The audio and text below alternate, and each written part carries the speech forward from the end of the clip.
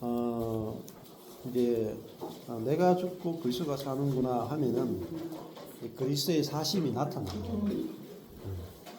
구체적으로 그리스도께서 일하심이 나타나는데 조금 전에 우리 김지수 자매님이 내가 죽고 그리스도가 사는구나 하니까 언니랑 그 성경 공부가 시작이 되고 또 그 성경 공부 안에 너무나 풍성한 그런 이제 그리스도가 지혜를 주시고 깨닫게 해주시고 하는 그런 은혜를 주시는 것들이 나타나죠. 그리고 이제 조금 전에 또 자매님도 내가 맞아도 마사지 받는 것 같은 그런 이제 역사들도 나타나죠.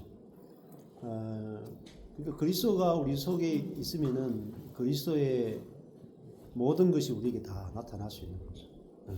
예수님이 십자가에 달리는 것조차도 기꺼이 달리시는 그것도 우리에게 똑같은 일을 만나면 우리에게도 똑같은 일이 일어날 거라는 거예요. 왜냐하면 그분이 내 안에 살기 때문에 똑같은 일이 벌어지는 거죠. 만약에 지금 이제 만약에 여기 있는 이제 그 우리 이 자매님이 살고 제가 살잖아요. 근데 이 자매님이 죽고 제가 이 자매님 속에 들어가 살면은 저하고 똑같은 게 나타날 거라. 그죠? 마찬가지예요. 내가 죽고 내 안에 그리스도가 산다는 것은 그리스도 자신의 모든 것이 내게 나타난다는 의미라고 볼 수가 있어요. 근데 이 의미를 우리가 잘 모르죠. 그러니까 자꾸 나롭게 살고 이제 끝나는 거잖아요. 예. 그래서 근데 이제 우리가 아까 전에 이렇게 아까 전에 우리 김주수 자매님은 성경을 모른다. 교회를 그렇게 오래 다녀서 성경 하나를 모른다. 그런데 이제 성경 공부가 시작됐잖아요. 아침 2시간, 저녁 2시간 이렇게 둘이 자매끼리 미친 듯이 그렇게 성경 공부하는데 뭐 아는 것도 없이 무턱대고 시작했단 말이야. 근데 누가 이끌어 가냐면 이제 우리 안에 계신 그리스도가 그 공부를 이끌어 가시죠. 눈을 열어 주시고 깨닫게 해 주시고 그래서 이제 하나님 저도 그렇게 인도하셔서 저 유튜브에 각 성경별로 재생 목록이 나누어져 있어요. 마태복음, 마가복음, 누가복음, 요한복음 뭐 이런 식으로 사도행전, 로마서, 갈라디아서, 고린도전서 뭐 이런 식으로 재생 목록별로 쫙 해서 거의 다 빠짐없이 거의 한 절도 빠짐없이 전부 다 설교가 돼 있어요. 그걸 한 게 한 10년 다 하는데 한 10년 걸린 거죠. 신약은 거의 다 끝났거든요. 그러니까 그거를 하게 하신 이유가 뭐가 있냐면은 이제 아까 전에 이제 김주 자매님처럼 성경을 전혀 모르는 상태에서 이제 성경 공부가 시작되고 소그룹이 시작되잖아요. 여러분이 이제 내가 가족이랑 할 수도 있고 자녀랑 할 수도 있고 교회에서 내가 목사로서도 할 수도 있고 소그룹으로 모여서 성경 공부를 할 수 있단 말입니다. 근데 이게 잘 됐는지 안 됐는지 맞는지 틀린지 잘 구분하기가 힘들잖아요. 그렇다고 여러분이 저한테 전화해가 목사님 이게 맞습니까 틀렸습니까 전화하면 이거 한도 끝도 없고 그래서 하나님이 저한테 성경 66권을 먼저 다 강해하도록 그렇게 이제 이끄신 거예요. 그래서 여러분이 2명이건 3명이건 10명이건 모여서 같이 성경을 공부하실 때는 먼저 그냥 케아점 성경을 가지고 이제 그룹별로 그냥 같이 바로 직접 하시면 돼요. 하시고 나서 이제 그 다음에 제 유튜브로 들어가서 재생 목록 가운데 만약에 빌립보서를 했다, 1장을 했다 그러면은 제가 해놓은 빌립보서를 여러분이 공부가 끝나고 나서 가서 들으시면 돼요. 그러면 이게 2번, 3번 반복되잖아요. 그러면은 그 말씀이 쫙쫙쫙 열려져요. 근데 내가 이제 리더를 하는데 그룹을 리더를 하는데 우리 자매님처럼 리더를 하는데 내가 어떻게 해야 될지 모르겠다. 그럼 내가 먼저 듣고 가는 거죠. 유튜브를 먼저 듣고 그리고 케아점 성경을 펴고 하는 거죠. 근데 하면은 내가 들었던 그대로 나올 것 같지만 꼭 그렇지 않아요. 그때 그 순간에 성령께서 이제 그 중에서 필요한 것이 있으면 생각나게 할 거고 또 그 본문 볼 때 적시적시 생각나게 하시거든. 그리고 거기에 참여한 사람에게 맞게 또 나오신다. 그 참여한 사람의 필요에 맞게 그리스도께서 어느 부분으로 예화든지 어떤 말씀이든지 어느 부분의 강조점이든지 그때 맞게 이제 성경을 열어주세요. 그래서 저희 유튜브를 하나님께서 이렇게 하게 한 방법이 제가 인위적으로 그렇게 한 게 아니고 하나님이 어떻게 전 세계 교회와 성도들을 소그룹들을 섬길 수 있는지 그 길을 이렇게 딱 해놓은 거죠. 예. 그래서 혼자 하실 때도 이렇게 하정으로 혼자 이렇게 해보고 나서 그 다음에 제 것도 가서 듣고 그 다음에 또 다시 이렇게 하고 하면은 한 권이 에베소서거든요. 에베소서 한 권이 혼자 하기도 하고 듣기도 하고 소그룹도 하고 이러면은 정말 부족함이 없이 아주 풍성하게 그렇게 이제 먹고 마실 수가 있어요. 그렇게 하시면은 도움이 될 거고 사실은 목회자들이 그런 식으로 이제 한 권씩 떼나가면은 설교에 대한 부담이나 이런 것에 대해서 완전히 자유해질 수가 있어요.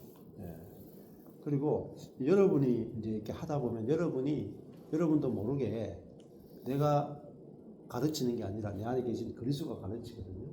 그러면 여러분이 있는 곳에서 자동적으로 뭐가 생기냐? 교회가 생겨나요.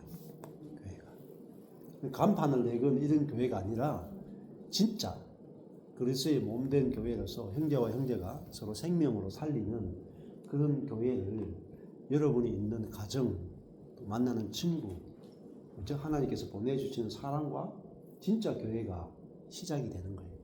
그래서 여러분이 이렇게 하다 보면은 만약에 우리 김주 자매도 마찬가지로 여기 있는 자매들이 이제 말씀을 2주에 한 번씩 이렇게 경험하잖아요. 그러면은 그게 이제 그리스도가 우리를 직접 가르치는 거죠. 그리스도가 우리 안에 있는 그리스도가 서로에게 가르치고 배우고 시와 찬미와 신령한 노래들로 서로 화답하는 일들이 이제 이루어지게 되는 거죠. 그러면은 처음에는 한 두 명으로 시작할지 모르겠지만은 조금 지나면은 많은 사람들을 섬기는데도 전혀 부담이 없어요. 이게 경험이 되면은 대그룹도 할 수 있고 심지어 이제 여러분한테 목회자 그룹을 맡겨도 여러분이 목회자 그룹도 할 수 있어요.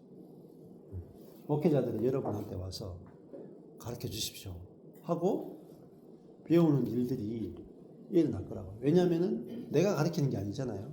목회자나 평신도냐 그런 게 의미가 없어요. 내가 죽고 그리스도가 사는 세계이기 때문에. 그래서 저도 이제 그런 일들을 경험해 본 적이 있는데 어떤 한 그 평신도가 있어요. 평신도가 있는데 말씀의 세계가 막 이렇게 열린 거라. 그러니까 목사님들을 그것도 목회 수십 년 한 목사님들이 그것도 막 한 교회를 개척해서 3,000명 된 교회 목사님 그런 목사님들이 와가지고 그 평신도 한 형제한테 가르쳐 주십시오.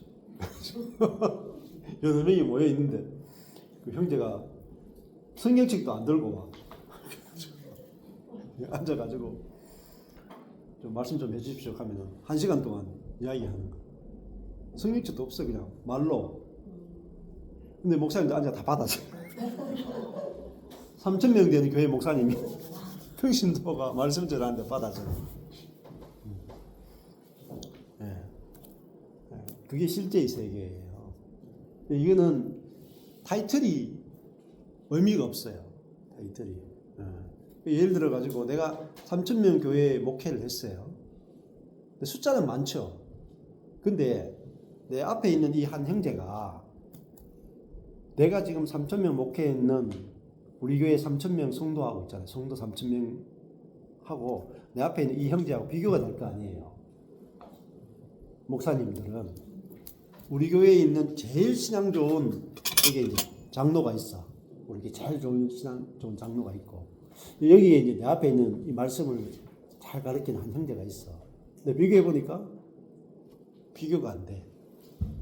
심지어 이 앞에 있는 형제하고 나하고 비교하는데 비교가 안 돼. 나는 내 성질을 팍팍 부리고 나는 어떤 문제가 있으면 염려가 나오고 말씀을 막 준비해가 설교해야 되는데 내 앞에 있는 이 한 형제는 목회도 안 하고 일반 형제인데 일반 직장 다니고 근데 말씀이 막 쏟아져 나오는 거예요.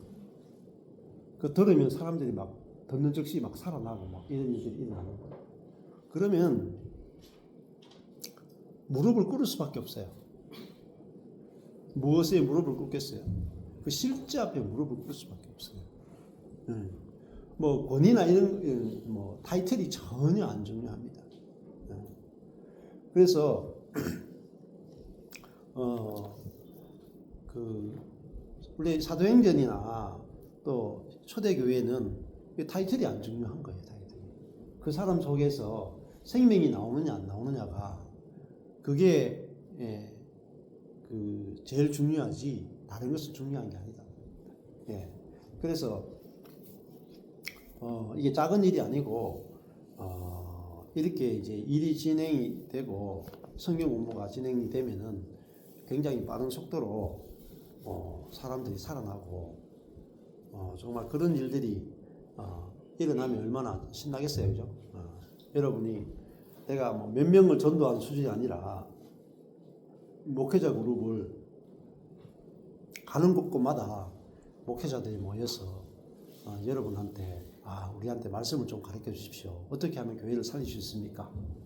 했는데 그 말씀을 한번 들었는데 목사님이 살아나고 교회가 막 살아나면 그게 진짜 이제 진짜 부흥이라고 볼 수 있겠죠. 그냥 단순히 내가 뭐 신앙의 문제를 해결하는 수준이 아니라 예수님이 걸어가실 때 막 사람들이 살아가고 살아나고 바울이 갔을 때 가는 곳마다 교회가 건축되고 개척되잖아요. 그냥 바울이 우리하고 뭐 성정이 다른 사람도 아니고 바울도 목사 안수 받은 것도 아니에요. 그냥 성령께서 그를 불렀고 성령께서 그를 기름 부어서 일을 하시니까 그리스도가 사니까 그런 일들이 일어나잖아요. 그래서 진짜 복음을 알게 되면 이제 제한이 없어지는 거죠. 우리 육신의 한계, 육신의 제한이 없어지고 오직 그리스도만 나타나게 되는 것입니다. 자, 빌립보서 핵심 내용이 아까 전에 이제 시작할 때 빌립보서 1장에서 살든지 죽든지 내 몸에서 그리스도가 존귀되게 하려 합니다. 이는 내게 사는 것이 그리스도니 죽는 것도 유익합니다. 이렇게 되어 있죠. 자, 내게 사는 것이 그리스도면은 뭐 사는지 죽는지 여기 중요한 게 아니고 그리스도가 사는 이것이 내게 얼마나 유익한 건지 얼마나 좋은 건지 이제 알게 되는 거죠. 자, 그 다음에 그 2장에 넘어가면은 2장에서 보면은 그 빌립보 교회가 유오디아와 순도교회를 통해서 좀 분열되는 교회가 문제가 생기는 그런 문제가 있었잖아요. 그래서 빌립보서 2장에 가보면은 이제 그리스도의 본을 이야기를 하게 됩니다. 자, 그래서 2장 2절에 가보면은 마음을 같이하여 같은 사랑을 가지고 마음을 합하며 한 마음을 품어. 자, 여기 보면은 마음을 같이하고 같은 사랑을 가지고 뜻을 합하며 한 마음을 품어라. 그렇게 돼 있죠. 근데 이걸 이제 예를 들면은 이거를 명령어로 우리가 읽으면 어떻어요? 마음을 같이하라. 같은 사랑을 가져라. 뜻을 합하라. 한 마음을 품으라. 자, 읽었습니다. 됩니까? 안 됩니까? 읽거나 마나예요. 그러니까 읽거나 마나한 것은 읽은 게 아니거든요. 내가 성경을 읽었으면 그 읽은 것이 실제로 되지 않으면은 의미가 없는 거죠. 자, 그러니까 마음이 같이 하게 되고, 같은 사랑을 가지게 되고, 뜻이 같은 뜻을 갖게 되고, 한 마음이 되는 것. 이것이 실제가 돼야 빌립보서 2장 2절 말씀을 내가 읽어도 아 이건 가능한 것이구나 이렇게 되는 거잖아요. 그래서 아내도 아까 전에 차 타고 오는데 우리 필리핀에 갔을 때 야, 한 마음을 가져라 이렇게 뭐 그런 성경을 읽었는데 야, 과연 이것이 어떻게 되는가? 과연 성도가 서로 한 마음이 될 수 있는가? 한 뜻이 될 수 있는가? 하나가 될 수 있는가?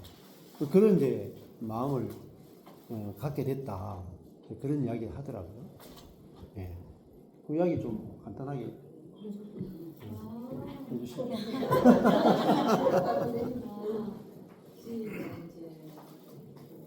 전반기 12년 목회할 때한 조금 크게 해주세요. 네. 전반기에 12년 사역할 때 이제 그 교회 사이즈는 작은데 우리 교회 안에서 신학교를 나온 친구들이 많다 보니까 부목사, 전도사 해서 교육자가 한 6명이 됐어요. 그리고 아내들까지 다 하니까 한 12명 되죠. 12명 정도가 이제 이렇게 교회에서 이렇게 회의를 하면 다 각자의 생각이 다른 거예요. 또 저희 스타일이 좀 민주적이다 보니까 뭐 이렇게 해야지 이런 게 없다 보니까 자기 고집을 안 겪는 거예요. 그래서 나중에 교회가 굉장히 힘들어질 때는 12사람이 모이면 12사람 의견이 다 다른 거예요.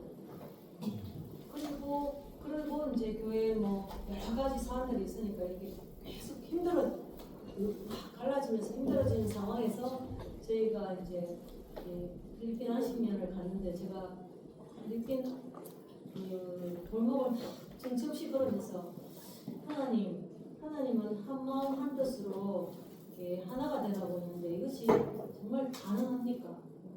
제가 이 10사람마저도 열 사람마저도 각자의 생각과 주장이 얼마나 강한지 모르는데 어떻게 한 교회가 다 한 마음 한 뜻이 될 수 있습니까? 제 생각으로는 이게 도저히 있을 수가 없고 불가능한 일인데 말씀은 그렇게 되어 있는데 이게 가능한 것입니까? 그래서 제가 그 필리핀 골목을 막 수다닌 기억이 있거든요.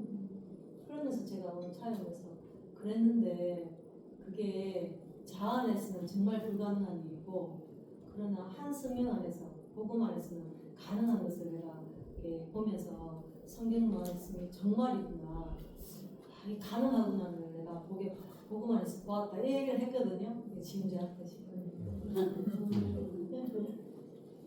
네, 그런 이제 우리는 이제 하나 되기 위해서 토론을 하죠. 생각을 나누죠.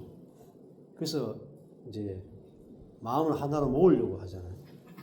근데 생각의 세계, 즉 다른 말하면 또 생각, 감정, 의지 이걸 이제 혼이라고 부를 수 있는데 혼의 세계에서는 하나 될 수가 없어요.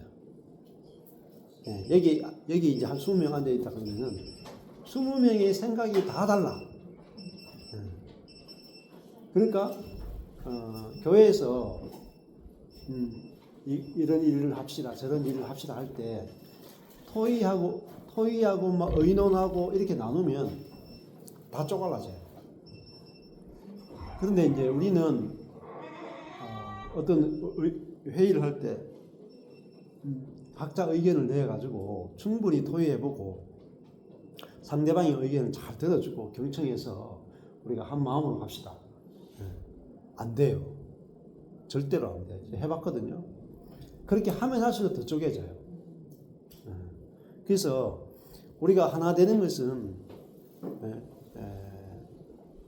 이렇게 상대방의 이야기를 잘 듣고 경청하고 의사소통을 잘하고 그래가지고 하여튼 그 의사소통을 정확하게 해가지고 한 마음이 될 수 있도록 토론이 잘 될 수 있도록 해가지고 온갖 방법을 다 했는데도 안 돼. 왜 그러냐면은 이 자아는 자기 뜻대로 하고 싶은 욕심이 있거든. 내 뜻대로 하고 싶고 내게 유리한 대로 하고 싶고 내 스타일대로 하고 싶은 그 욕심이 있다니까. 절대 하나가 될 수가 없어요. 하나가 될 수 없으면 계속 분열하게 되고 계속 다투게 되고 계속 어려움이 오는 거죠. 그래서 빌립보서에서는 뭐라고 말하냐면은 2장 2절에서 마음을 같이하여 이렇게 했죠. 마음을 같이하여인데 원래 이걸 이렇게 볼 수 있어요. 그것을 생각해서. 근데 그것이 뭐냐면은 2장 5절이에요. 너희 안에 그것을 생각하라. 같은 거거든요. 이 마음을 품으라가 마음을 같이하여라는 거하고 같은 의미예요. 그러니까 우리가 뭘 생각해야 하나가 되냐면은 그리스도 예수의 것을 생각해야 하나가 됩니다. 우리가 그리스도 예수를 생각해야 하나가 되지 우리가 네 의견 내 의견 맞추려고 하면 절대 하나가 안 되죠. 사실은 내 생각, 감정, 의지가 그리스도와 함께 죽었구나. 그게 죽었어야 하나가 되죠. 생각을 살려내고 뭐 감정을 살려내고 각자의 의견을 살려내면 하나가 되느냐? 이게 안 돼요. 그러니까 내 뜻도 죽었다. 네 생각도 죽었다. 내 의견도 죽었다. 내 지혜도 죽었다. 내 방법도 죽었다. 내가 죽었으니까 이거 다 죽었다. 이래야 하나가 되잖아요. 자, 뭘 생각을 해야 돼요? 2장 5절에 보니까 너희 안에 이것을 생각하라. 근데 이것이 뭐냐면은 제일 2장 8절의 끝에 뭐예요? 십자가의 죽으심이라. 이걸 생각하라는 거예요. 네. 너희가 정말로 하나가 되고 싶으냐? 이것을 생각하라. 그리스도 예수의 이것이니 마지막 끝이 죽기까지 복종하셨으니 곧 십자가의 죽으심이라. 십자가의 죽은 걸 생각해야 우리가 하나라는 거죠. 자, 그러니까 내 생각도 죽었다. 내 방법도 죽었다. 나도 죽었고 너도 죽었다. 누가 사시느냐? 이제 그리스도가 사신다. 그리스도가 하신다. 그러면 하나죠. 그래서 저는 이제 결정하기보다 일이 어떻게 되어지는가 보자 하고 따라가는 편이에요. 그래서 제가 웬만하면 좀 결정을 안 하고 어떤 이야기가 나오면은 형제 자매들에게 결정을 맡기고 그 결정에 그냥 따라가는 쪽으로 하게 되더라고요. 그게 죽은 거잖아요. 자기 의견, 자기 생각. 그러니까 십자가에 죽으신 그분이 내 안에 사시죠. 그게 복종이죠. 죽었다가 뭐냐면은 복종이잖아요. 죽기까지 복종하셨으니, 복종하셨으니. 죽기까지, 죽음은 뭐냐면 순종이죠. 따라감이죠, 따라감. 그러니까 죽은 자는 자기의 것이 없죠. 자기의 것이 없으니까 하나가 되는 거잖아요. 그런데 하나가 되면은 역전이 되죠. 그게 부활이에요. 자, 그전에 그런 거잖아요. 한 자매가 자기를 괴롭히는 남편한테 그전에는 저 남편을 죽이고 싶었단 말입니다. 남편의 생각을 죽이고 싶고 남편의 의견을 죽이고 싶고 남편의 고집을 죽이고 싶었다. 남편의 오름을 죽이고 싶었는데 말씀을 듣고 나니까 나 같은 여자를 안 버리고 데리고 살아줘서 고맙다 하는 것은 내 오름이 죽은 거잖아요. 내 의견이 죽었잖아요. 내가 죽은 거잖아요. 그래서 그 남편 앞에서 나 같은 여자 데리고 살아줘서 너무 고맙다. 이렇게 내 죽음이 딱 내놔졌죠. 죽음이. 내 죽음이 딱 나오니까 남편이 아내를 안아주면서 너무 부끄러워하더라는 거죠. 그러면서 비로소 자기가 잘못된 게 보였다. 아내가 내가 틀렸습니다 하니까 그때 빛이 비춰져서 내가 더 틀린 내가 보였다. 아내가 내가 옳다 이렇게 하니까 남편은 나도 오라. 그러니까 오라에 접촉되니까 자기 오란 것밖에 안 보였잖아요. 근데 아내가 내가 틀렸어 하는 그 순간에 빛이 비춰져서 내가 틀렸어가 전염됐단 말이야. 내가 틀렸어가. 그러니까 상대방도 내가 틀렸어가 나온 거죠. 이게 이제 십자가와 부활입니다. 근데 왜 상대방이 내가 이제 아내들은 남편에게서 남편이 내가 틀렸어 이 말을 한마디 듣고 싶잖아요. 그죠? 그 말이 안 나오거든요. 죽어도. 근데 내가 먼저 그리스도와 함께 죽었구나. 내가 오락하는 이 내가 자아가 죽었구나 할 때 내가 옳다라는 그 사람이 죽었으니까 남편이 이야기해도 내가 옳다가 안 나오고 당신이 오라 할 수 있는 그 그리스도의 생명이 나가서 상대방에게 딱 접촉되는 순간에 상대방이 뭐라고 말하냐면 내가 틀렸어가 나온다. 내가 틀렸어가 살아난 거죠. 맞잖아요. 남편이 아내한테 내가 틀렸어 하는 게 살아난 거잖아. 내가 오락하는 게 죽어 있는 거예요. 맞죠? 상대방의 관계에서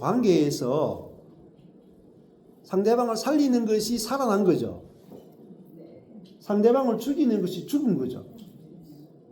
예. 이게 살았다 죽었다는 의미예요. 자, 그러니까 예수님은 십자가에 죽었죠. 자, 죽었다는 뭐예요? 내가 죄인이다, 그죠? 그러니까 예수님은 죄가 없죠. 죄가 없는 분이 십자가 죽으면 돼요, 안 돼요? 안 되죠. 그러면 로마 군병들이나 제사장이 죽어야 되잖아요, 십자가에. 또 우리가 죽어야 되죠. 우리가 죽어야 되는데 누가 죽었어요? 옳으신 분이 죽었죠. 틀린 우리가 살았죠. 이게 십자가란 말이에요. 십자가. 자, 다른 말하면 하나님이 죽고 우리가 살았죠. 이 십자가란 말이에요. 의로우신 분이 죽고 죄인 우리가 살아났죠. 이게 십자가죠. 그러면은 이 그리스도가 우리 속에 오면은 우리 속에서 나를 죽여서 상대방을 살린다고요. 그게 십자가의 능력이다 말입니다. 근데 그게 안 나오니까 나도 괴로운 거라. 상대방도 괴롭고. 그죠?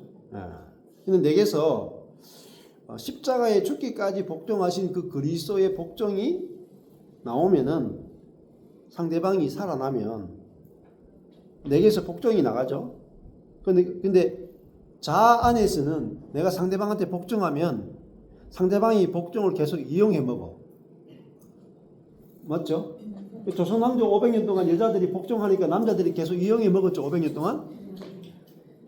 왜 그러냐면 자아로 했기 때문이에요. 자아로. 그런데 그리스도에 너무 기뻐서 상대방이 너무 사랑스러워서 즐거운 복종이 나오죠. 그게 접촉되죠. 그러면 상대방 속에서도 복종이 나와버려요. 전염돼 버린다니까. 그러니까 복종으로서 상대방을 복종시켜 버리는 거죠. 그래서 다른 말로 하면은 내게 있는 것만을 상대방에게 줄 수 있다. 내게 복종이 있으면 상대방에게 복종을 줄 수 있고, 내게 복종이 없으면 말로 지식으로 아무리 복종시키려고 해도 복종이 안 돼요. 예를 들면은 부모가 자식에게 예수 그리스도의 복종이 부모를 통해서 자녀에게 나오죠. 그러면 부모 속에 예수님의 복종과 죽으심이 나오면 자녀에게 접촉되죠. 그러면 자녀에게도요. 그리스도의 복종이 접촉되면 자녀가 부모에게 복종 안 할 수가 없다니까. 전염돼 버린다니까. 전염. 생명의 잘 보세요. 생명의 전염력이 더 강합니다. 사망의 전염력보다. 이게 아주 중요해요. 사망아 너에 쏘는 것이 어디 있느냐 이러죠. 사망을 이긴 것을 말하 그래요. 부활을 그러죠. 사망을 이긴 게 부활이에요. 그러면은 로마서 7장에 보면은 누가 나를 이 사망의 몸에서 건져내라 이렇게 말하죠. 그 사망의 몸이 있고 부활의 몸이 있단 말입니다. 예수님은 부활의 몸을 입으셨죠. 그죠? 근데 이 사망의 몸이 있단 말이에요. 사망의 몸은 시체예요. 시체고 예수님의 몸은 부활한 몸이단 말입니다. 그 중간에 누가 있냐? 내가 있어요. 중간에 내가 있어. 내 혼이 있고 이쪽에 부활하신 그리스도의 영이 있어. 부활의 영, 내 혼, 여기에 사망의 몸이 있어. 몸과 혼과 영, 사람 그렇게 구성되어 있단 말이에요. 자, 그러면은 내 안에 영 안에 부활하신 그리스도의 영이 있고 생명의 영이 있고 내 혼이 있고 내 몸에 죄와 사망의 몸이라. 그러면은 이 두 개가 딱 접촉하면 어느 게 이길까요? 부활에 이길까요? 사망이 이길까요? 부활에 이깁니다. 자, 내 안에 그리스도가 살면 내 안에 있는 그리스도가 다른 사람하고 접촉이 되면 저 사람이 그리스도를 이길까요? 그리스도가 저 사람을 이길까요? 그리스도가 이기게 되어 있어요. 그래서 사망이 전념력이 강한 것보다 부활의 전념력이 더 강해요. 그래서 그동안 왜 내 옆에 있는 사람들이 배우자가 자녀가 옆에 있는 형제 자매가 안 바뀌었느냐? 내 안에 있는 그리스도가 접촉된 게 아니고 내 자아가 접촉됐기 때문에 변화가 없는 거예요. 어떤 노력을 해도 안 바뀌어요. 안 바뀌어요. 자, 그래서 우리 생각, 감정, 의지가 혼이죠. 생각, 감정, 의지. 생각, 감정, 의지로요. 아무것도 못해요. 이거 아셔야 돼요. 생각, 감정, 의지하는 게 결국 내 자아잖아요. 나잖아요. 생각이 나고 감정이 나고 의지가 나죠. 이거 가지고 몸에 있는 정욕이나 사단이나 죄를 이길 수 없고 상대방을 변화시킬 수 없어요. 왜? 상대방도 이게 사망의 몸에 딱 붙어 있기 때문에. 그래서 이 혼이나 몸을 이길 수 있는 것은 영밖에 없어요.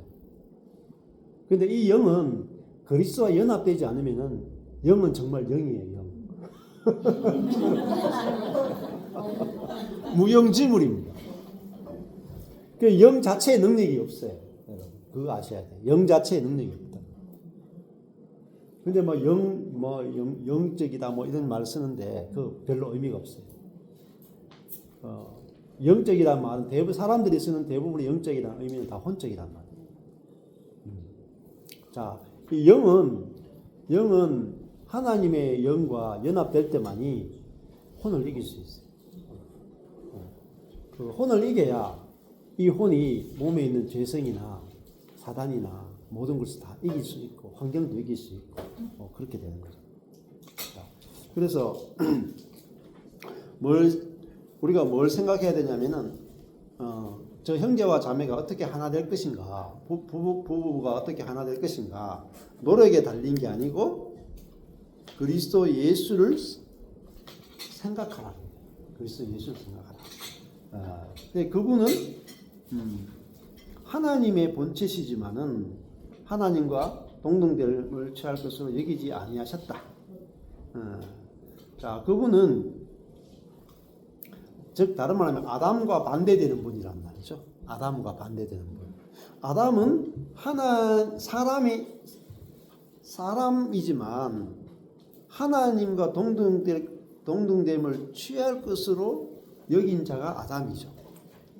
근데 예수님은 하나님의 형상이지만은 하나님과 동등됨을 취할 것으로 여기지 아니한 첫사람입니다.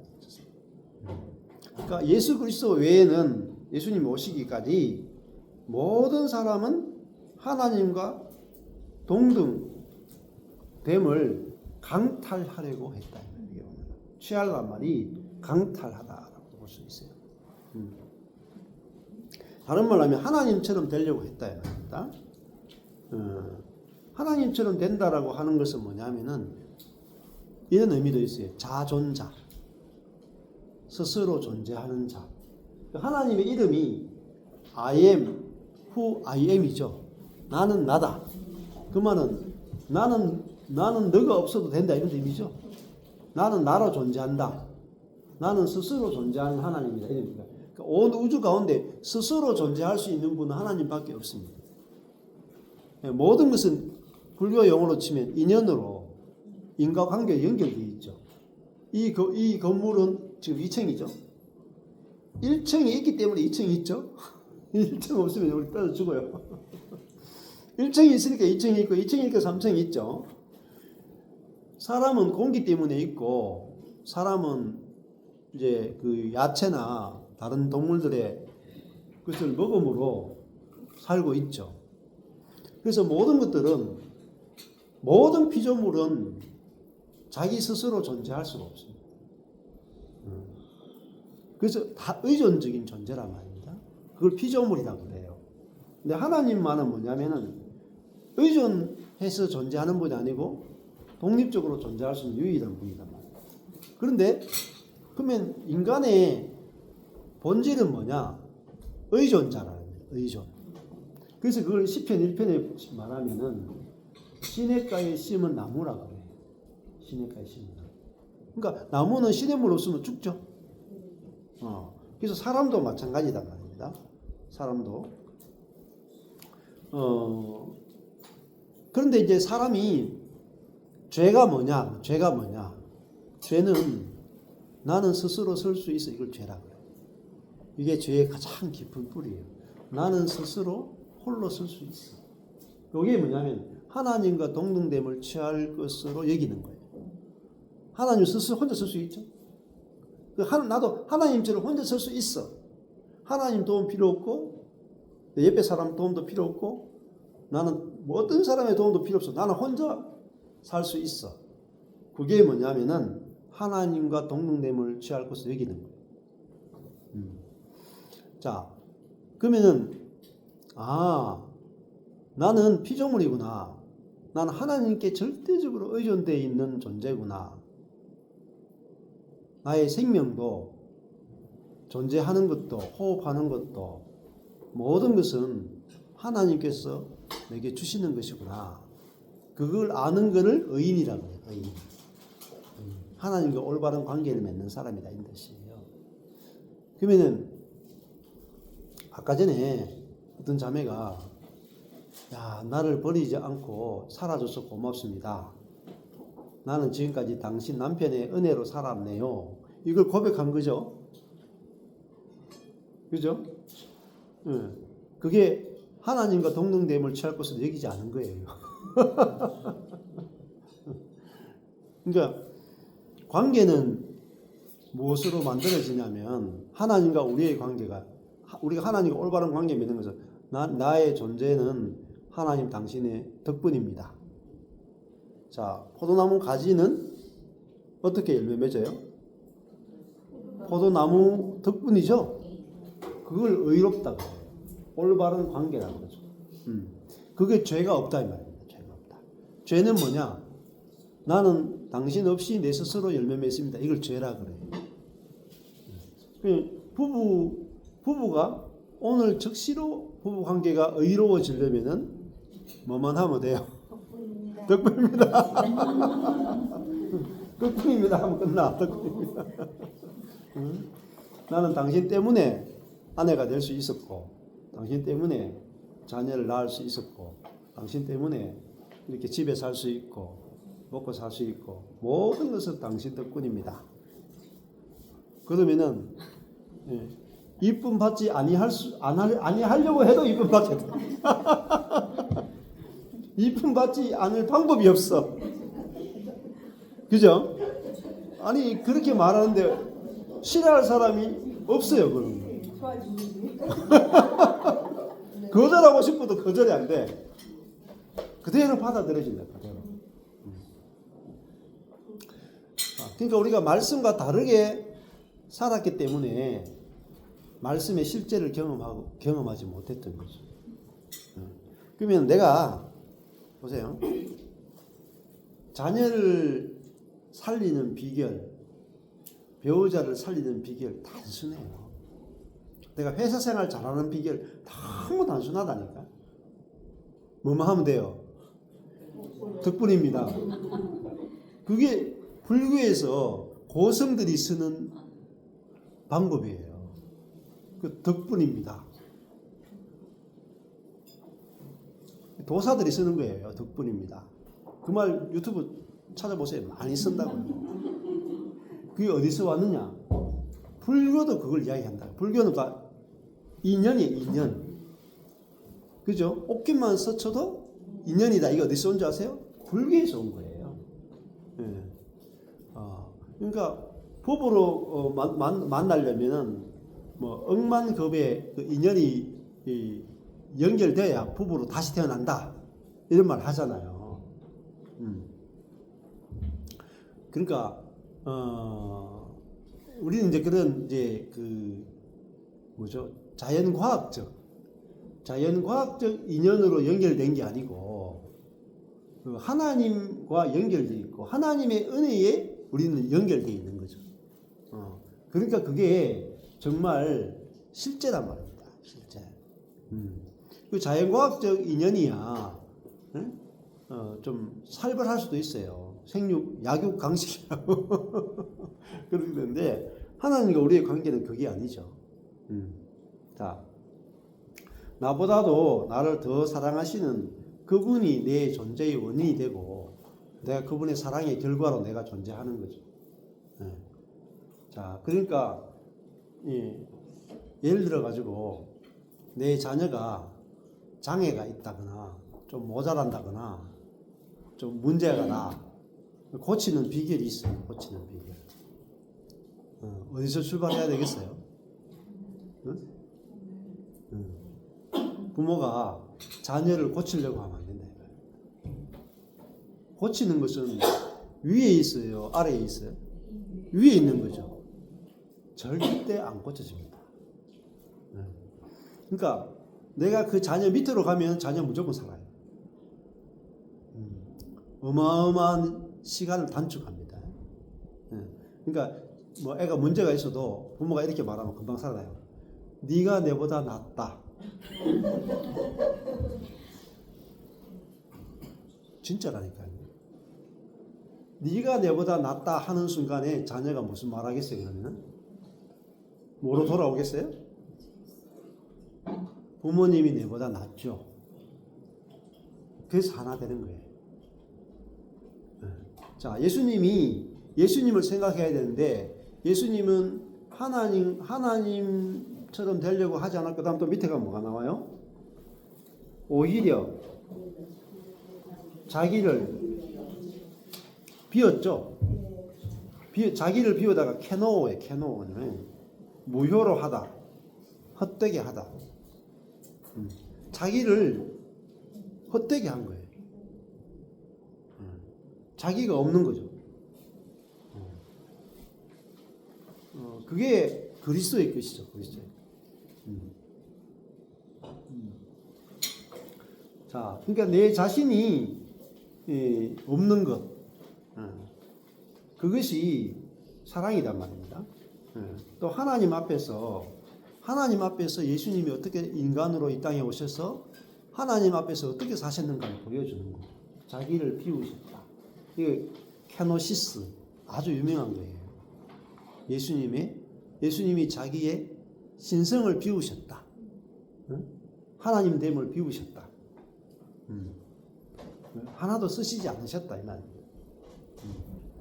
자, 자기의 모든 권리를 다 비우셨다 이 말이잖아요. 그래서 어떻게 됐어요? 비웠을 뿐만 아니라 노예, 종인데 종은 노예와 같아요. 노예의 형상을 가지셨다. 노예는 뭐죠? 밑에 가는 거죠? 그 사람 밑으로.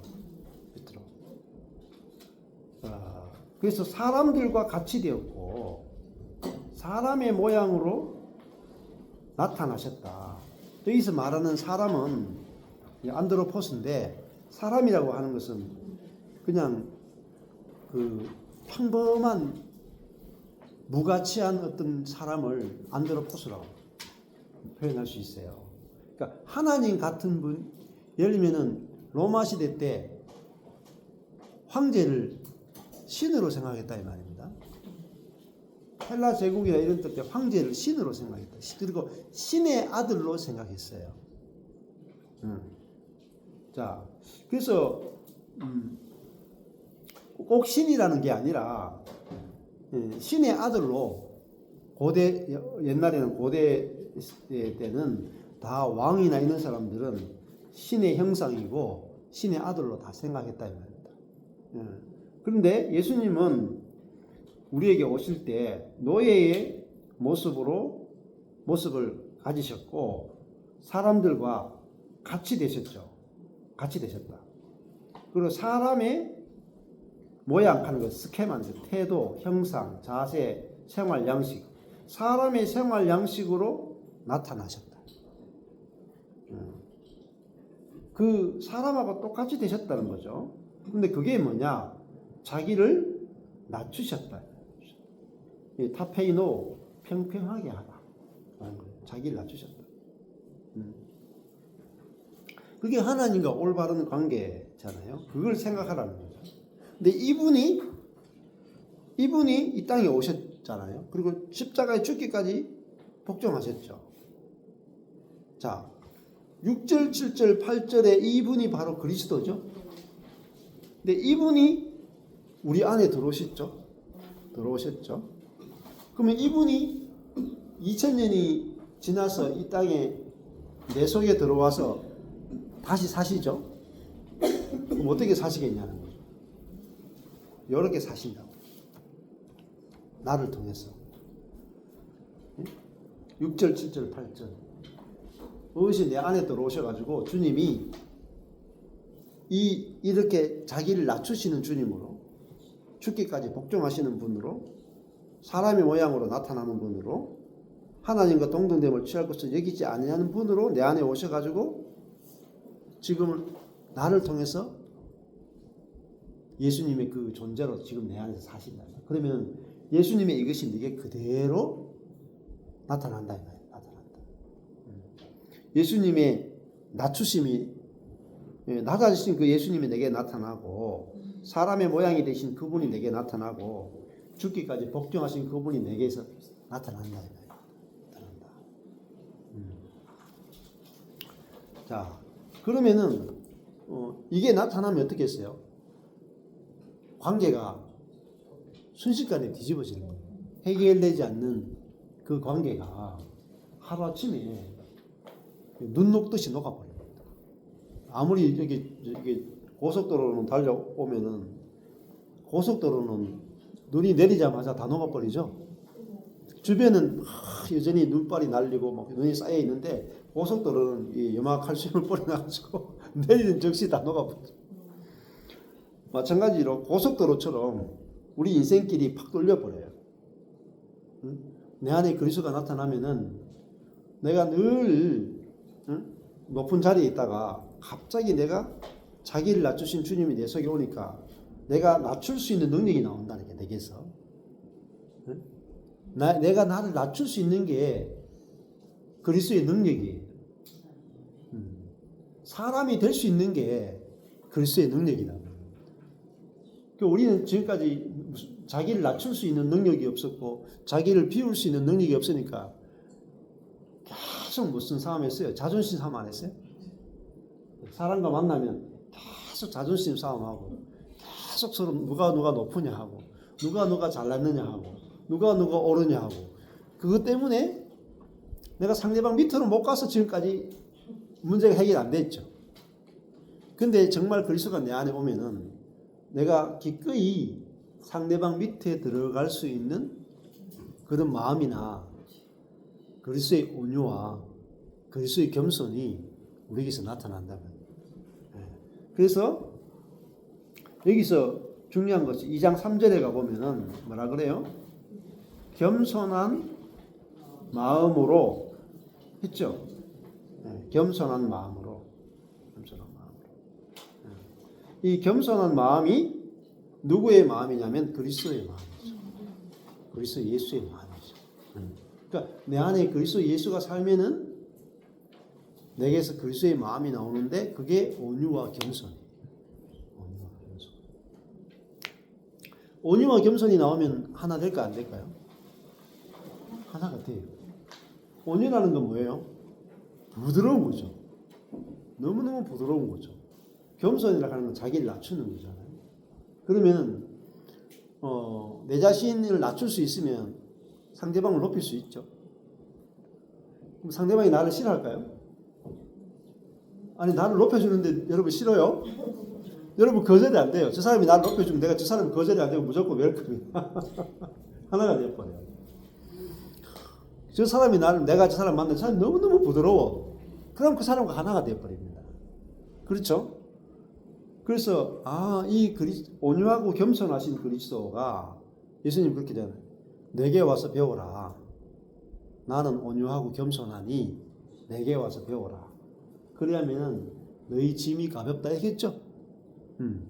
그리스도가 내 속에 들어오면은 내 속에 그리스도의 온유가 나오고 그리스도의 겸손이 나오니까 짐이 없어진다고. 인생의 짐이. 그러니까 인생의 짐이 왜 생겼을까요?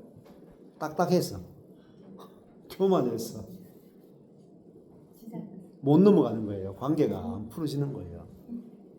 그 관계 때문에 죽을 고생하잖아요. 죽을 고생. 근데 온유와 겸손이 그래서 온유와 겸손이 모든 것을 다 지배할 수 있어요. 그게 뭐냐면 하늘의 지배는 위에서 군림하는 게 아니에요. 밑에서 지배하는 거예요. 밑에서. 그래서 빌립보서에서 예수 그리스도가 어떻게 모든 무릎을 예수의 이름에 꿇게 했느냐. 자기가 무릎을 꿇으셨기 때문에. 그래서 앞부분에 5, 6, 7, 8절은 그리스도의 겸손이죠. D 빨간색으로 위에 보면 5절 위에 보면 빨간색으로 D 해놓고 그리스도의 겸손 돼 있죠. 그랬더니 다시 9, 10, 11절에 보면은 빨간색으로 그리스도를 높이심 돼 있죠. 자, 그리스도를 높이시는 건 누가 높이셨어요? 하나님이 주어예요. 9절에 하나님이 주어. 하나님이 그리스도를 시극히 높여 모든 이름 위에 뛰어난 이름을 주셨다. 그럼 예수님이 가장 뛰어난 존재로 높이셨죠. 그러니까 가장 자기를 낮출 수 있는 자가 가장 높아져요. 이게 하늘의 세계예요. 하늘의 세계. 이제 우리는 왜 안 높아지는 줄 아세요? 높아지려고 하니까 서로 끌어내리는 거야. 저 인간 나 높아지는 거 못 보겠다. 뭐 서로만 끌어내는 거야. 근데 여러분 속에서 그리스도의 겸손이 나오잖아요. 옆에 사람들이 그 사람을 다 높여줘. 그 사람은 나는 높아질 생각이 전혀 없는데 저 형제요, 저 자매요 하면서 옆에 사람들이 막 자기가 즐거이 그 형제를 높여주는 거야. 왜? 그 형제 그 자매는 자기를 높이려고 하는 게 없기 때문에 주변 사람이 다 높여주는 거야. 근데 자기가 높아지고 싶은 사람, 마음이 있는 사람은요, 옆에 사람도 나 저 인간 높아지는 거 내 눈에 헛떡하기 전까지 못 봐. 배알이 꼬라가지고 못 한다니까. 그죠?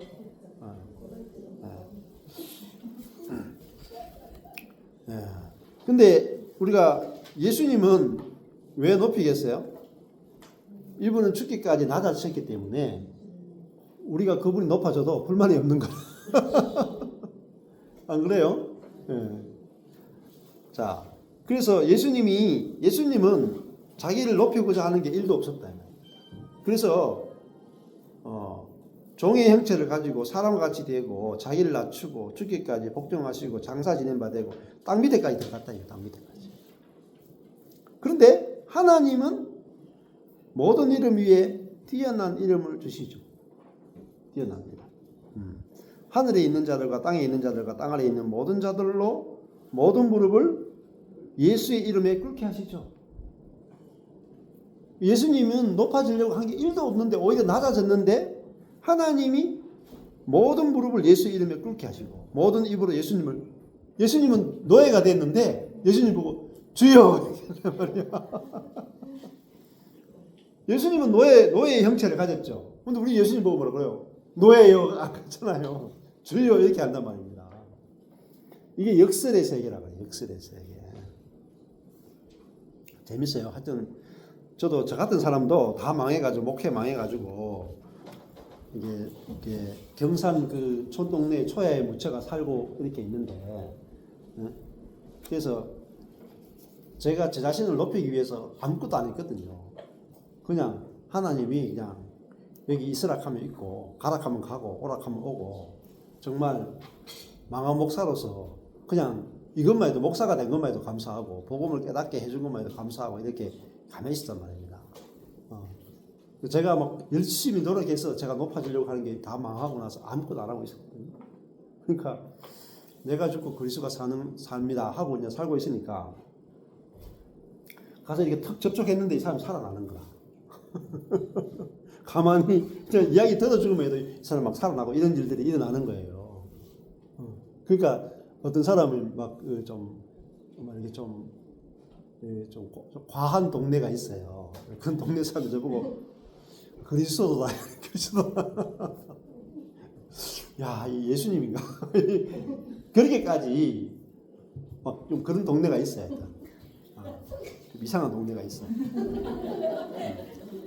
그렇게까지 과하게 저를 높이시더라고요. 제가 마음에 들진 않지만은 어쩔 수 없이 했지만은, 그러니까 바울도 어때요? 바울도 그 요라굴라 광풍 때문에 이제 섬에 갔을 때 독사에게 딱 물렸잖아요. 근데 안 죽으니까 제우스 신이 왔다 그래서 막 이렇게 하잖아요. 그러니까 그 바울 안에 있는 그리스도의 생명이 독사의 독도 능히 이겼죠. 그러니까 바울은 자기가 나는 아무것도 아닙니다. 내게 속한 모든 것들은 배설물입니다. 하고 사는데 바울에게서 그리스도의 생명이 나타나고 그리스도의 능력이 나타나니까 막 제우스닥하고 막 사람들이 막 난리가 난 거죠. 그게 뭐죠? 바울은 낮아지는데 하나님은 바울을 계속해서 높이시는 그 이름을. 그래서 아니 예수도 알고 귀신들도 나는 예수도 알고 바울도 안다 그랬다. 귀신들의 세계에서 바울의 이름이 유명했다니까요. 근데 바울은 자신을 높일 생각이 없고 바울은 항상 어떻게 살았냐면 고린도전후서 보면은 바울은 항상 자기의 약함만 자랑했어요. 저도 맨날 망했다는 이야기만 하잖아요. 근데 제가 망했다는 이야기 하면 할수록 하나님 저를 높이신다니까요. 감당이 안 되게 높이신다니까요. 여러분이 높아지고 싶으면 작전을 잘 쓰셔야 돼요. 그러니까 앞에 예수를 생각하라 그러잖아요. 어떤 예수를 생각해야 돼요? 이 예수를 생각해야 돼요. 이 예수. 빌립보서에서. 막 죽은 자를 살리고 죽은 자를 살리신 예수를 생각하라. 병을 고치신 예수를 생각하라. 전능자이신 예수를 생각하라. 그렇게 얘기 안 하죠. 잘 생각해보면 빌립보 교회의 문제를 해결하는데 전지전능하신 예수를 이야기하지 않잖아. 그 전지전능한 예수, 하나님이신 예수를 이야기하면 문제가 풀릴 것 같지만 안 풀려요. 자, 그들이 빌립보 교회들이 서로 누가 높으냐 하고 다투고 싸울 때 그 해결책은 사람이 되신 예수를 소개하는 거예요. 십자가에 죽으신 예수를 소개해야만 그 문제가 풀린다 이 말입니다. 그러니까 우리가 무턱대고 예수님은 하나님이니까 기도하면 우리 문제를 들어준다. 이것만큼 부적처럼 예수의 이름을 부적처럼 쓰시면 안 돼요. 그러면 사도 바울이 빌립보서 쓸 이유가 없어. 너 그 싸우고 있지? 응? 기도해. 문제 해결돼. 끝. 이렇게 써야 되잖아요. 편지를. 너희들 기도 안 했기 때문에 기도하면 문제 해결돼. 이렇게 편지를 안 쓴다. 그 교회의 분열의 문제에 대해서 여러분들이 이제 이 생각을 좀 해보시면은 도움이 돼요.